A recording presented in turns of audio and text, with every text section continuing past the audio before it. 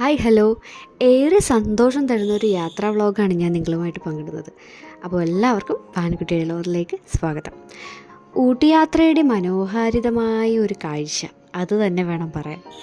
ഇതാദ്യത്തെ പാർട്ടാണ് കേട്ടോ. കുറച്ച് ലോങ് വീഡിയോ ആയതുകൊണ്ട് ഞാൻ അടുത്ത പാർട്ടായിട്ടും ചെയ്യാം. അപ്രതീക്ഷിതമായിട്ടുള്ളൊരു യാത്രയാണിത്.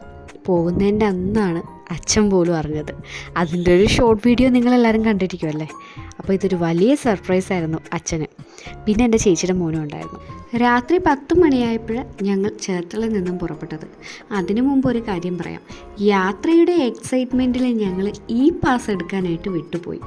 ഊട്ടി ട്രിപ്പ് പ്ലാൻ ചെയ്യുന്ന എല്ലാവരും തന്നെ ഫസ്റ്റ് എടുക്കേണ്ടത് ഈ പാസ്സാണ് കേട്ടോ.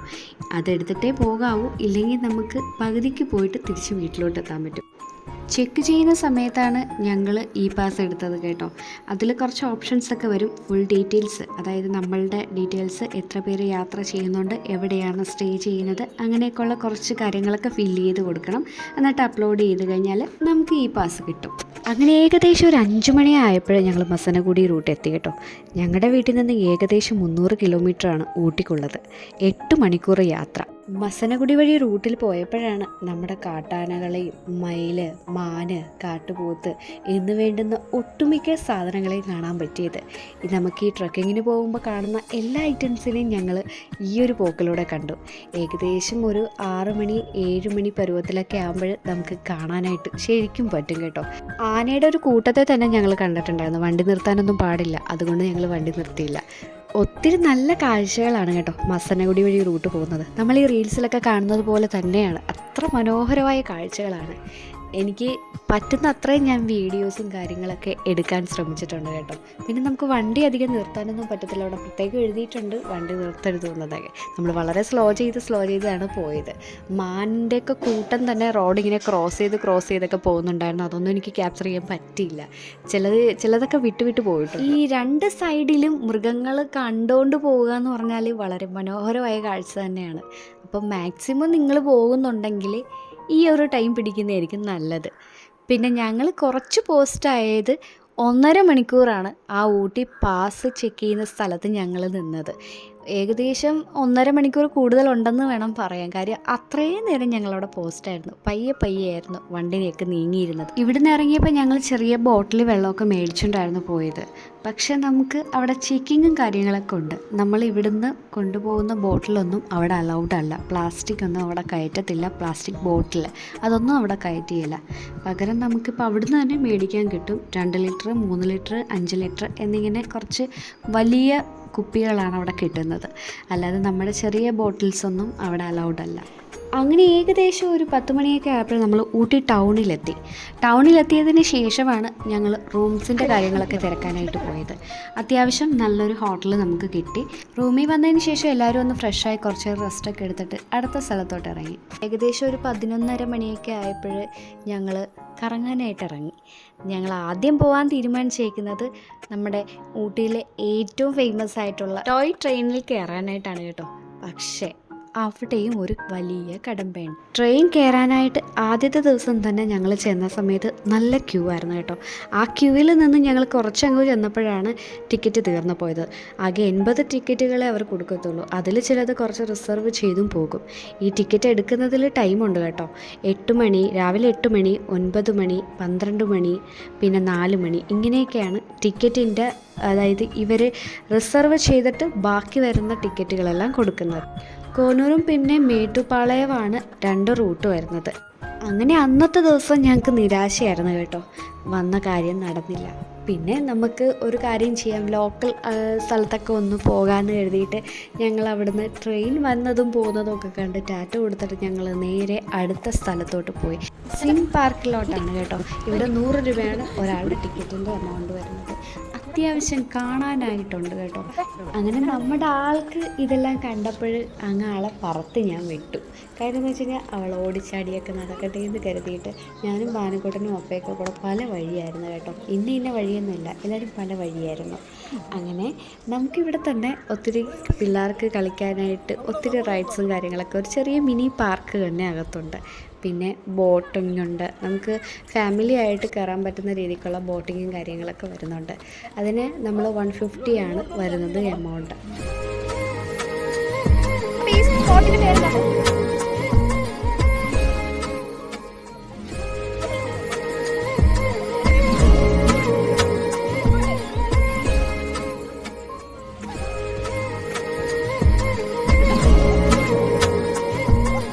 ഊട്ടിയിൽ വന്നു കഴിഞ്ഞാൽ ഏറ്റവും കൂടുതൽ എല്ലാവരും പോകുന്ന സ്ഥലങ്ങളിൽ ഒന്നാണ് ഈ സിം പാർക്ക്. അത്യാവശ്യം നല്ല സ്പോട്ടാണ് കേട്ടോ. ഫോട്ടോസൊക്കെ എടുക്കാൻ പറ്റിയ നല്ല സ്പോട്ടും കാര്യങ്ങളൊക്കെ അവിടെ തന്നെ നമുക്ക് കാണാൻ പറ്റും. നമുക്ക് കണ്ടു തീരില്ല, അതിനു വേണ്ടി ഇങ്ങനെ നീണ്ടു കിടക്കുവാണ് സ്ഥലങ്ങൾ. ഞങ്ങൾ പിന്നെ അവിടുന്ന് കുറച്ച് വീഡിയോസൊക്കെ എടുത്തതിന് ശേഷം ഞങ്ങൾ ബോട്ടിൽ കയറാനായിട്ട് പോയി. പൂക്കളുടെ ഒരു വലിയ ശേഖരം തന്നെ നമുക്ക് അവിടെ കാണാൻ പറ്റും. ചെറുതും വലുതുമായിട്ട് ഒത്തിരി ഐറ്റംസ്, പേര് പോലും അറിയത്തില്ല, അതിനും വേണ്ടി പൂക്കളായിരുന്നു അവിടെ. പിന്നെ ആ ഒരു പൂക്കളുടെ ഈ സെക്ഷനൊക്കെ കണ്ടു കഴിഞ്ഞിട്ട് നേരെ നമ്മൾ പോയത് ബോട്ടിൽ കയറാനാണ്. ഒരു ചെറിയ മിനി ബോട്ടാണ് കേട്ടോ. എനിക്ക് ഏറ്റവും പേടിയുള്ളൊരു സാധനമാണ് ഈ ബോട്ടിൽ യാത്ര ചെയ്യുക എന്നുള്ളത്. ചുറ്റും ഈ ഒരു ചെറിയൊരു റൗണ്ടാണെങ്കിൽ പോലും എനിക്ക് നല്ല പേടിയായിരുന്നു കേട്ടോ. പിന്നെ ലാസ്റ്റ് ഞാനും പാനിക്കുട്ടനും ഒപ്പം എല്ലാവരും കൂടെ കയറി. ബോട്ടിൽ കയറിയതിൻ്റെ എക്സ്പീരിയൻസ് ഒരു വേറെ ലെവൽ തന്നെയായിരുന്നു കേട്ടോ. നമ്മൾ ഈ കാണുന്ന പോലെ ഒരു ചെറിയ സാധനമാണെങ്കിൽ പോലും ഇതിന് വലിയ ആവേശത്തോടെ ഞാൻ ചവിട്ടിക്കോളാം എന്ന് കരുതി ഞാൻ ഫ്രണ്ടിൽ കയറിയിരുന്നു. ഒരു 2-3 സ്റ്റെപ്പ് വെച്ചപ്പോൾ തന്നെ എൻ്റെ ദൈവമേ എനിക്കറിയത്തില്ല, എൻ്റെ കാലിന് നല്ല വേദനയായിരുന്നു. അപ്പോഴാണ് എനിക്ക് മനസ്സിലായത് എക്സസൈസ് ചെയ്യാത്തതിൻ്റെ കുറവൊക്കെ നല്ല രീതിക്ക് നമുക്കറിയാൻ പറ്റുന്നതുമുണ്ട്. അങ്ങനെ ചേട്ടൻ പിന്നെ ഈ കാര്യങ്ങൾക്കൊക്കെ അത്യാവശ്യം നല്ല ശ്രദ്ധയുള്ള ആളായതുകൊണ്ട് പുള്ളിക്കാരൻ തന്നെ ഞങ്ങളെ എല്ലാവരെയും കൂടെ തുഴഞ്ഞുകൊണ്ട് കൊണ്ടുപോയി. അങ്ങനെ ഒരു നടുക്കെത്തിയപ്പോൾ നമ്മൾ നേരത്തെ കണ്ട ആ ഒരു മീനിൻ്റെ കൂട്ടം ചുറ്റും നമ്മളിങ്ങനെ നമ്മുടെ ബോട്ടിലിങ്ങനെ തട്ടിയൊക്കെ പോകുന്നുണ്ടായിരുന്നു കേട്ടോ. അങ്ങനെ നമ്മൾ സേഫായിട്ട് കരയിലെത്തിയിരിക്കുകയാണ് കേട്ടോ. അപ്പോൾ ആ ബോട്ടിൽ നിന്ന് ഇറങ്ങിയതിൻ്റെ സന്തോഷമാണ് നമ്മുടെ ബാനിക്കുട്ടൻ്റെ അപ്പൂപ്പൻ്റെയൊക്കെ മുഖത്ത് കാണുന്നത്.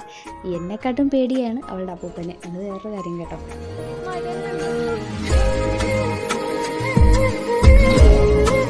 ജോലി ഈ ഒരു അവസരത്തിൽ എനിക്ക് എന്താണ് പറയാൻ തോന്നുന്നു?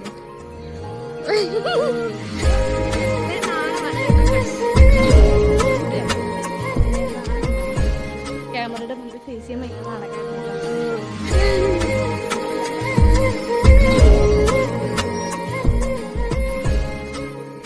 അങ്ങനെ നമ്മൾ സിം പാർക്ക് കംപ്ലീറ്റ് ആയിട്ട് കണ്ടു കഴിഞ്ഞു. ഇനിയിപ്പോൾ എന്തായാലും അടുത്ത സ്ഥലത്തോട്ട് പോകണം, അതിനു മുമ്പ് ഫുഡ് കഴിക്കണം. അങ്ങനെ വീണ്ടും ഞങ്ങൾ ടിക്കറ്റ് എടുക്കാൻ ചെന്നിട്ട് ടിക്കറ്റ് കിട്ടിയില്ല, ടിക്കറ്റ് ഫുള്ളും തീർന്നിരിക്കുന്നു. അങ്ങനെ ആ ഒരു നിരാശയിൽ ഞങ്ങൾ തിരിച്ച് അടുത്തൊരു സ്ഥലം കാണാമെന്ന് കരുതി. നിയറസ്റ്റായിട്ട് തന്നെ ഡോൾഫിൻ ഹൗസ് എന്ന് പറഞ്ഞിട്ടൊരു സ്ഥലം, ഒരു ചെറിയൊരു വ്യൂ പോയിൻ്റ് ഉണ്ട്, അതൊന്ന് കാണാമെന്ന് കരുതി.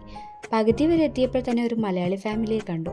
അവർ പറഞ്ഞു പ്രത്യേകിച്ച് അവിടെ ഒന്നും കാണാനില്ല, പോയിട്ട് വലിയ കാര്യമൊന്നുമില്ല എന്ന് പറഞ്ഞു.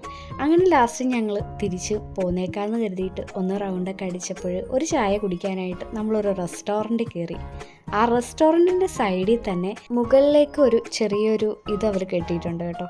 അവിടെ നിന്ന് കഴിഞ്ഞാൽ അത്യാവശ്യം ആ ഒരു ഗ്രാമം ഫുള്ളും നമുക്ക് കാണാൻ പറ്റും. ആ ഒരു എക്സ്പീരിയൻസ് നൈസായിരുന്നു കേട്ടോ.